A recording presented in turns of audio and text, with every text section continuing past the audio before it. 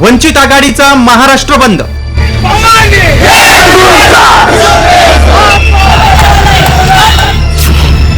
विद्यार्थ्यांसाठी प्रकाश आंबेडकर मैदानात.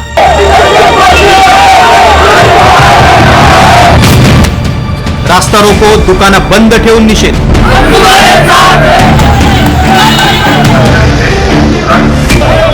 नीट पेपर फुटीवरून दिल्ली धगधगते. दिल्लीतलं लाठीचार्ज महाराष्ट्रातही तीव्र पडसाद उमटलाय.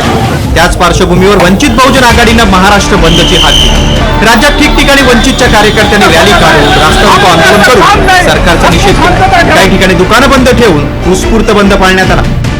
आणि हा बंद जो आहे तो लोकांच्या सतसत विवेक बुद्धीला अनुसरून आम्ही इशारा दिला होता की ज्या पद्धतीने इथे असणाऱ्या विद्यार्थ्यांवरती अत्याचार होतोय, लाठीचार्ज होतोय, पेपर फुटण्याच्या वरती कारवाई होत नाहीये, हा जो नाकारतेपणा जो आहे त्या नाकारतेपणा पुन्हा लोकांसमोर आला पाहिजे आणि शासनाने ॲक्शन घेतली पाहिजे. त्यासाठी हा महाराष्ट्राचा बंद आम्ही कॉल दिलेला आहे. वंचित कार्यकर्त्यांनी मुंबई सायन मुलुंड महामार्गावर रास्ता रोको करत मार्ग बंद पाडला. दुसरीकडे वाशीनाका चेंबूर येथील भाजी मार्केटही बंद ठेवण्यात आलं होतं. गोवंडी परिसरातही बंदला उत्स्फूर्त प्रतिसाद मिळाला. विरारमध्ये वंचितच्या कार्यकर्त्यांना पोलिसांनी ताब्यात घेऊन पोलीस ठाण्यात नेलं.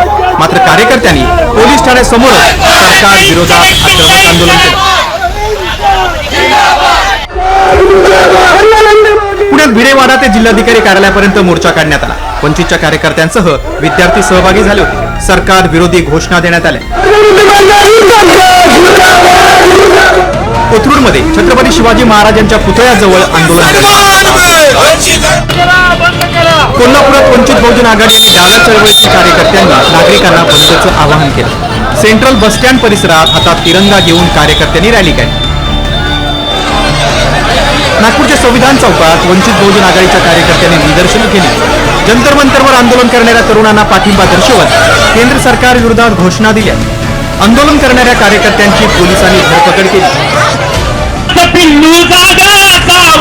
छत्रपती संभाजीनगर जिल्ह्यातही बंदचे पडसाद उमटले. पैठण तालुक्यात अनेक ठिकाणी बाजारपेठ बंद असल्याचे चित्र पाहायला मिळालं. व्यापाऱ्यांनी दुकानं बंद ठेवत पाठिंबा दर्शवला. आडुळा गावातून निषेध मोर्चा काढण्यात आला. नांदेडमध्येही महाराष्ट्र बंदला उत्स्फूर्त प्रतिसाद मिळाला. काँग्रेस, ठाकरे सेना, राष्ट्रवादी शरद पवार गट आणि मनसेचे कार्यकर्ते एकत्र आले होते. विद्यार्थ्यांनीही या बंदला पाठिंबा दिला. बंदला अमरावती जिल्ह्यातही संमिश्र प्रतिसाद मिळाला. तिवसा आणि दर्यापूरमध्ये सकाळपासूनच दुकानं बंद होती. अमरावती शहरात पोलिसांचा कडक बंदोबस्त होता. वंचितच्या बंदच्या आवाहनाला नाशिक जिल्ह्यातही संमिश्र प्रतिसाद मिळाला. मनमाडमध्ये सकाळपासूनच शहरात कडकडीत बंद पाळण्यात आला. व्यापाऱ्यांनी उत्स्फूर्तपणे दुकानं बंद ठेवली.